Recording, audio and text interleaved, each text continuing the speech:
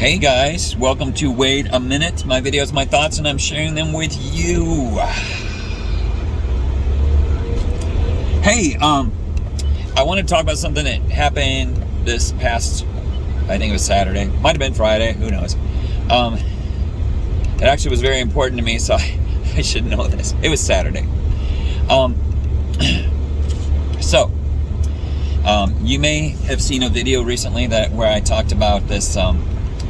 I talked about the Mormons, okay, and talked about one guy that set a bad example for the rest of them, and it wasn't a good scene. Well, I met two guys at the park. Sorry, my hair's sticking out, or not sticking out. I want it to stick out. Dang it.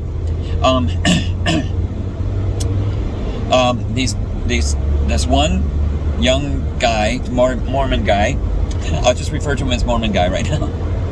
This young Mormon guy talked to me online, and he asked me if I wanted to meet for Bible study with him and his companion.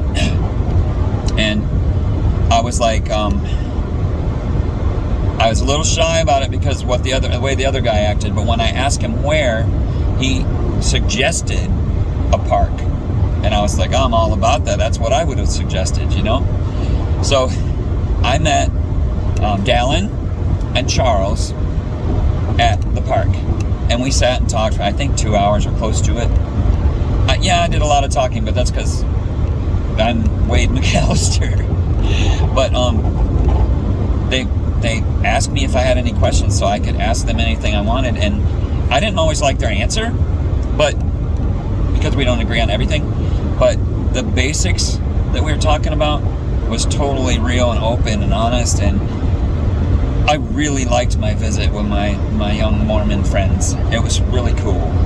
And you know, I'm not saying, obviously I'm saying that I don't agree with everything they believe, but that's okay, because I know them a little bit. I know where their heart is, and I know what they're reaching out for and getting closer to God and all this kind of stuff. I get it. And that's all I'm going to say about that. Except, these two guys were very, very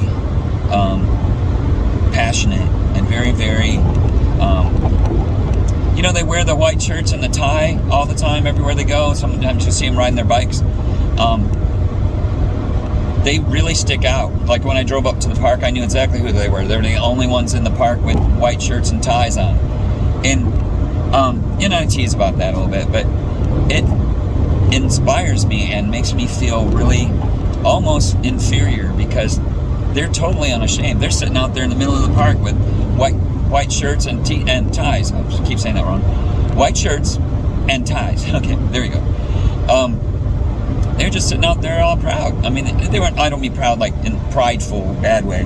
I mean, they were proud of who they are, and they weren't trying to hide it, and it was really cool. Because a lot of Christians, sometimes me, I'm not going to say it's never me, but a lot of Christians are prone every once in a while, or a lot, depending on the person, to try to hide who they are, to try to blend in with the other folks, and we're supposed to stick out. We're supposed to be a peculiar people. Peculiar, not bizarre, but peculiar. And different, stand out, and to not be afraid of who we are, kind of thing. Well, these two guys really impressed me because they were all about it. When he hit me up online, I knew he was a Mormon. It's right on his Facebook, and he's wearing a white shirt and tie. Of course I knew who he was. And but I'm just saying, I was really impressed with their whole attitude, their passion, their education. I don't know, they're young guys, 19 and 20, and they're on the mission field. I think they said for 2 years, not necessarily in Holland, but in Michigan for 2 years, if I understood that correctly. If I didn't, they can correct me, but you can't. So everybody else just be quiet and let Dallin and Charles tell me if I was wrong. Anywho, I'm really glad that I went. I really, And I don't mean like a project or anything like that. I went because I wanted to. It wasn't about ministry. It was just about being a Christian and wanting to talk to these guys. I wasn't trying to convert them, and they weren't trying to convert me. Well, actually, they were kind of trying to convert me. Come on, guys, you know you were. But you know, they were very cool. They were very nice, and I was really impressed with them. And I said that before, but I really was impressed with them. I really am impressed with them. I asked them if we could meet again because I want to see them again. And they prayed over us. You know, all three of us prayed, and it was really cool.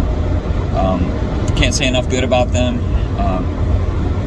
We just focused on the things that we were alike, you know. And here, this old weird guy with tattoos talking to these two young men in dress shirts and ties, with clean cut. I mean, they're wow.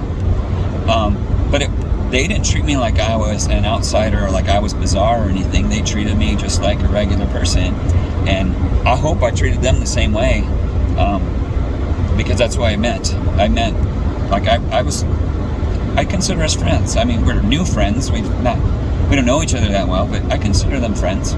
By the time we left, we were friends. And anyway, I said all that to say this. I've said a video something like this before, but this and it deserves to be said again. I know when you believe a certain thing, that you believe a certain thing, and that's fine. But if you can go into a visit with somebody without arguing about the things that you believe in that are different, if you can focus on the positive and the things that you do agree on, wow, you're missing out if you're not doing that. Like, you know, I know people, and I know the way I was brought up, and I told them that too, that when I was young, you know, I was like, oh man, those Mormons, you don't want to get around them. And how will you know them if you don't talk to them? You know what I'm saying? Everybody's worth something. I mean, come on. And it wasn't like, I mean, I'm firm in my faith. It wasn't like I was going there and I'm in danger of being converted to the Mormon faith. And they weren't in danger of being converted into whatever I am, you know. We all knew what we believed, and we were all firm in that foundation. And it was just a beautiful thing. But I'm saying, they received me just like I was a regular person, just like I was one of their peers, and they were just having a chat. And it was really nice. Well, and I mentioned once before that I was with a different group of people, and they were all considered weird, and you're never supposed to talk to them. And I'll just go ahead and say it. If you saw the video, you know what I'm talking about. But if you didn't, I was at this place where there's a whole lot of gay people around me, and I was with my friend Jessica, and those people were so inviting and so nice to us. They treated us like we were somebody, and even though they didn't know anything about us, and the only thing I knew about them was that they were gay, and it was just we were accepted. We were like, nobody even, I mean, if they gave it a second thought, they didn't let me know it, and they looked like they were just, like we were just people. They were being so nice to us. They weren't trying to make us gay. They were just nice to us and respectful. And you know, the church has a lot to learn. We don't, I don't know, we're kind of taught to hide from people that are different than us.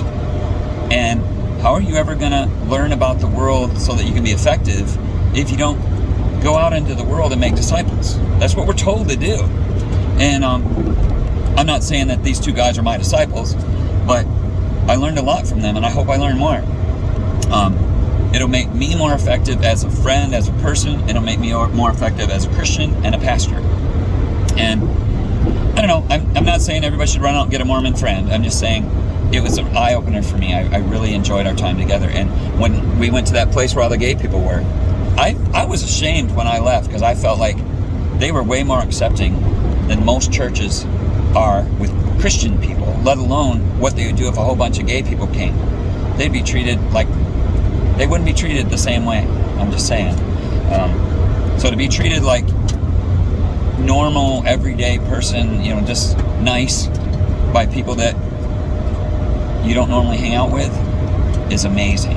So, hello church, let's wake up a little bit.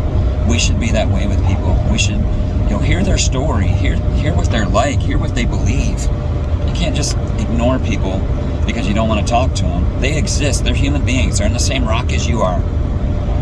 we are. Anyway, think about it. God bless you. Love you.